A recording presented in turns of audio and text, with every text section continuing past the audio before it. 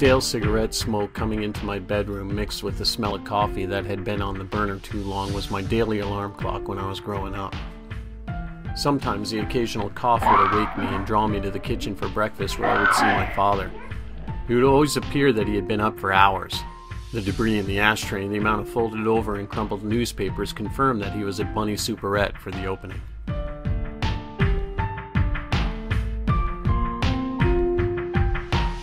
Summer of 1979.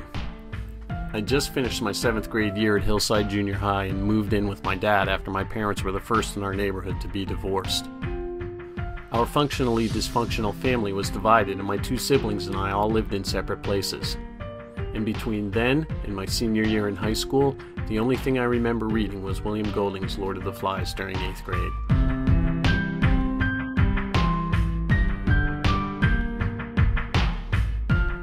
When I reflect back on what I had read when I was younger, I'm looking into a black hole. Don't get me wrong, I read. The backs of cereal boxes for the most part. I was all of a sudden allowed to eat the cereal that had the prizes inside. And baseball cards. I read every centimeter of them. Player facts and statistics I memorized so I knew the whole background as I mimicked each of the batter's stances trying to find my own. And I followed the progress in the sports pages of all the newspapers my dad would bring home every morning. You see, my old man would buy 6 newspapers a day. Every day. He bought the Times for national and world news and politics.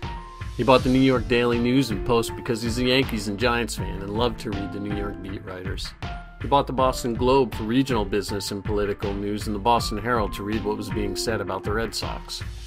The Manchester Union Leader was delivered every evening for local politics, news, and sports. And I repeated this to every person who came to the house and asked, "How come you guys have so many newspapers around here?" That first summer with just my dad was an awkward experience at best. Along with the divorce came personal freedoms and accountability that challenged both of us. Due to the circumstances, I was given a longer leash, so to say, and I was expected to be more responsible. Unfortunately, I failed miserably and repeatedly at many tasks. But I was successful at finding mischief and developed the ability to avoid supervision. I learned how to cover my tracks and convince others that no matter how risky the situation, it was going to be fun. And that summer was fun. We were chased out of the community pool at night after hours, and we were chased out of neighborhood pools when we thought the families were on vacation. We were regularly caught on the school roof or in the back row of the movies without a ticket. I never wanted that summer to end. I began my 8th grade year that fall and was assigned Mrs. Scow for English class. Despite the teasing we gave her, she was a passionate teacher who gave us each a copy of the Lord of the Flies to read. As with most of the assignments I was given in middle school, this also was not a priority. I sat in the back of the class as the daily summaries of the previous night's required readings were reviewed. As they got further into the book, Mrs. Scow began to discuss symbolism, allegories, and a variety of recurrent themes in Golding's book. Classroom discussions became more interesting and lively as Mrs. Scow allowed disagreements to occur and encouraged any ideas or impressions to be shared. My classmates were continuing these discussions and arguments outside of class too. They were talking about the development and changes the characters were experiencing and even identifying with some of the boys from the island. They were predicting what might happen in the event of a rescue, and arguments were had over the validity of the beast on the island.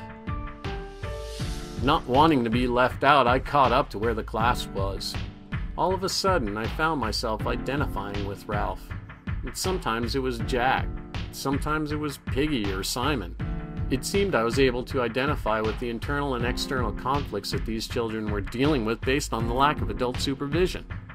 Mrs. Scow guided us to explore the meanings of Piggy's glasses, the conch, the fire, and especially the symbolism behind the beast.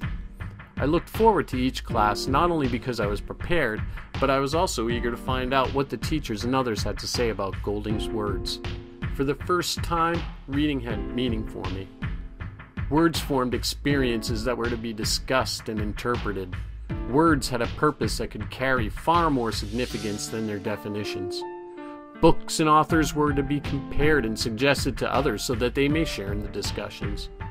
The authors, to evoke emotion and bring readers along on an individual journey, purposely manipulated characters and settings. I learned that writing was a craft and authors are artists, and appreciation and understanding is entirely up to the individual. Until that time, words relayed statistical facts and opinions that were reported in the papers. I wish I could report that I maintained that initial hunger for interpretive fiction.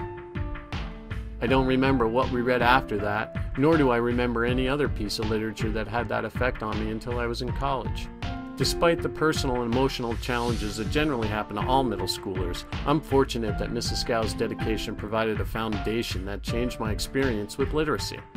She taught me how to read into a book and also how to become more literate with everything I was reading. When combined with the amount of newspapers that were piling up at our house, I also learned that these skills could be applied universally across all reading, and I became critical of what the newspapers decided to report and why my dad chose to read so many of them. I still read a variety of daily newspapers. However, with the advent of RSS and news feeds, I can streamline what articles or newspapers show up on my homepage when I access the internet. Mrs. Scow's lessons in literacy and methods of instruction were fully intentional, and we students became aware of an author's or writer's own intent and transferred that understanding across all vehicles of expression.